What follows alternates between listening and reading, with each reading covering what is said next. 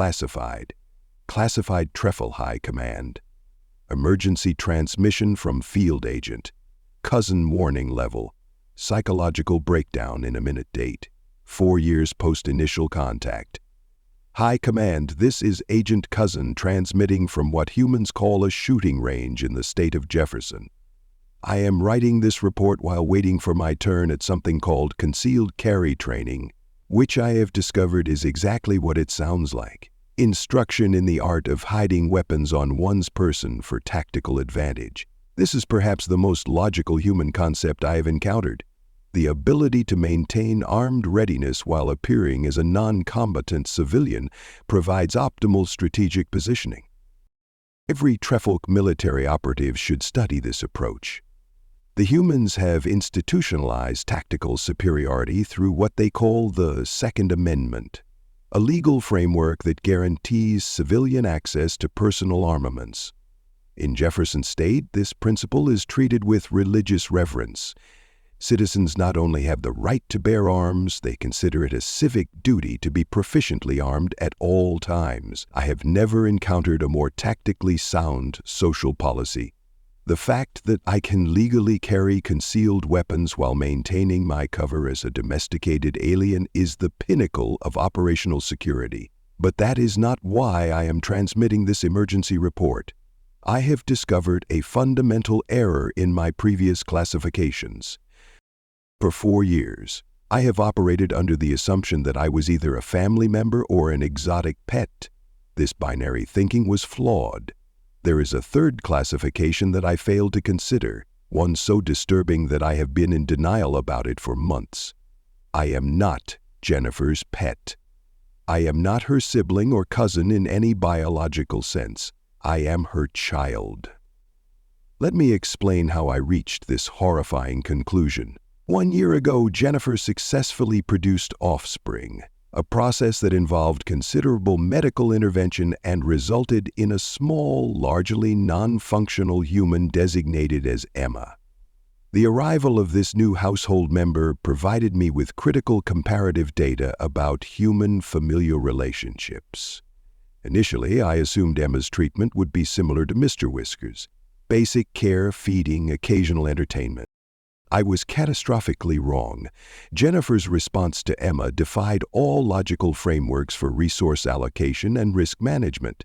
She speaks to Emma in a specialized vocal pattern I had previously observed her using with me: higher pitch, simplified vocabulary, excessive emotional inflection.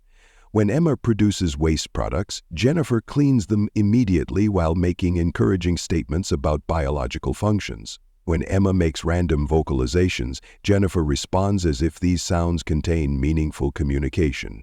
Most disturbing, Jennifer anticipates Emma's needs before Emma can express them, constantly monitors her location and activities, and becomes visibly distressed if Emma experiences any discomfort. Then I realize she exhibits identical behaviors toward me.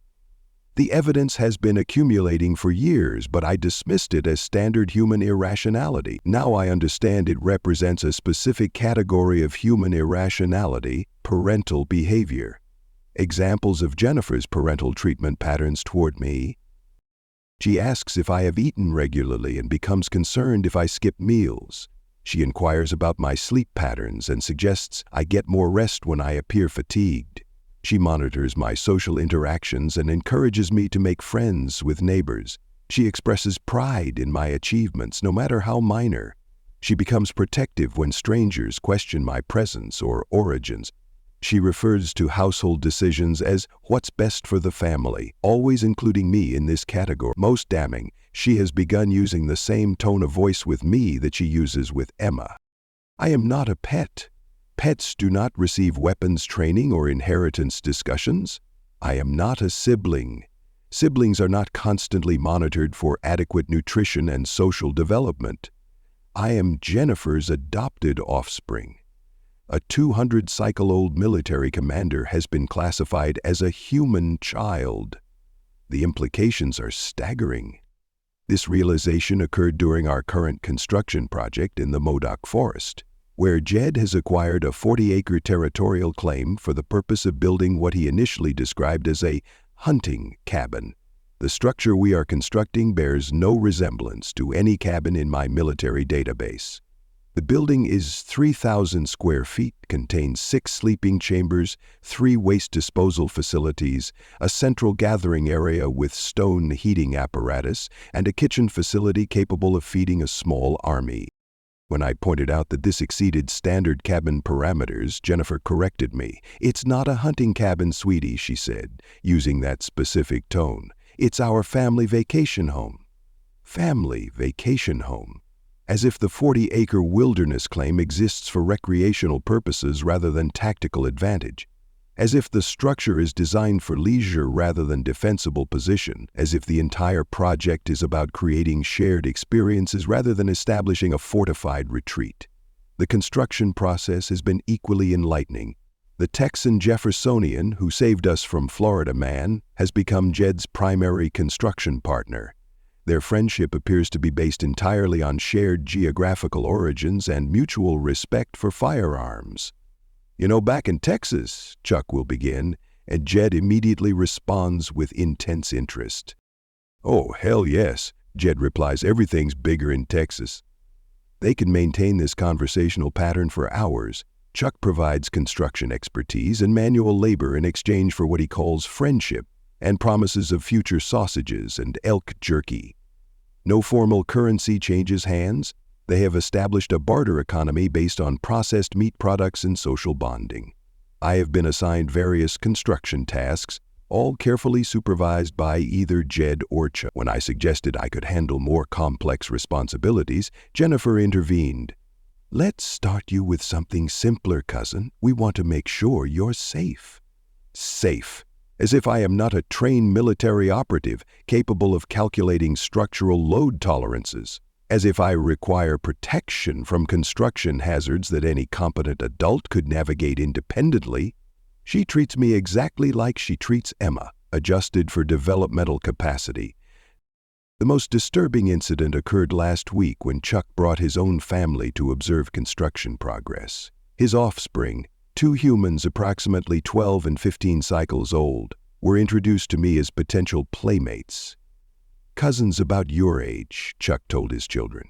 "Y'all should hang out.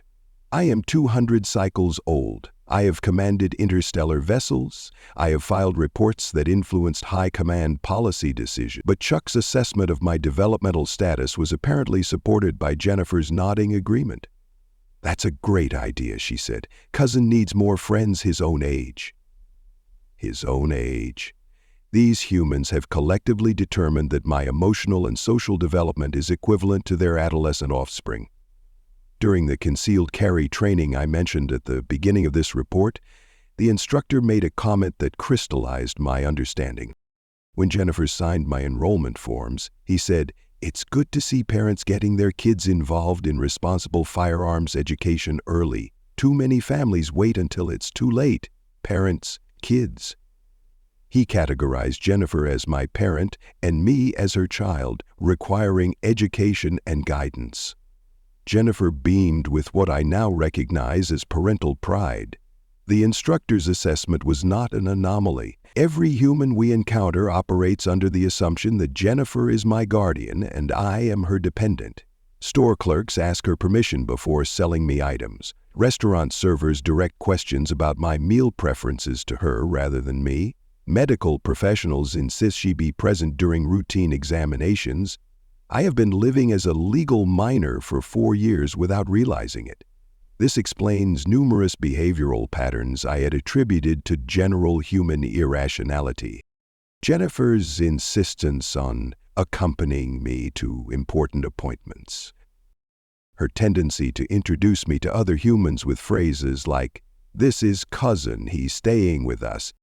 Her automatic assumption of financial responsibility for my expenses. Her habit of making decisions for the family, while consulting me only for input, never for authorization. Most significantly, her emotional investment in my personal development and well-being. She was absolutely wrapped up in me as a meta-parent, and I was a chick-totic. I am not her pet. I am not her sibling. I am her child. A 200-cycle-old military commander has been adopted as a human juvenile and apparently lacks the legal standing to object. The terrifying part is that this arrangement appears to be working. I am healthier than I have ever been. My stress levels have decreased significantly since accepting Jennifer's care protocols. I have developed social connections within the human community. I have improved my sleep and my sleep quality and slumber. I am learning practical skills like construction and firearms operation. I am experiencing something humans call belonging that has no equivalent in HFY psychology. Jennifer's parental instincts have successfully integrated an alien military operative into human society by treating him as an underdeveloped offspring requiring guidance and protection. The family vacation home will be completed in approximately 6 months. Chuck estimates we will need 200 pounds of elk jerky and 150 pounds of various sausages to fulfill our payment obligation. Jed has already begun discussing hunting strategies for the coming season. Jennifer has asked if I want my own bedroom in the new structure, with the same tone she uses when asking Emma if she wants a particular toy. I told her yes, because the tactical advantages of a personal retreat facility are undeniable. She seemed pleased that I was getting excited about family trips. High Command, I no longer know how to classify my status. I am simultaneously a military operative, an adopted alien child, and a contributing member of a human construction project that operates on elk jerky economics. Emma is learning to walk and has begun making sounds that might eventually become words. Jennifer responds to these developments with the same enthusiasm she shows when I successfully complete concealed carry qualification tests. I suspect I am about to become a big brother, or possibly a protective older cousin. The familial relationships become more complex as the household expands. Either way, Jed has promised to teach me advanced marksmanship once the cabin is complete. He says it's important for the men of the house to know how to provide and protect. I have been promoted to man of the house status, while simultaneously being treated as a developing juvenile. Human family structures defy logical analysis. The concealed carry instructor just called my name. Time to learn how to hide weapons effectively while maintaining the appearance of a harmless civilian. Jennifer packed me a lunch for today's training. She included a note that says, "Have fun and be safe. Love, Mom." Mom, she signed it, Mom. I may need to revise my entire psychological profile. Agent, cousin, HFY deep cover operations status. Functionally human child, current location. Learning to be a responsible armed civilian. Next mission, helping dad teach baby sister to walk. Ad endum.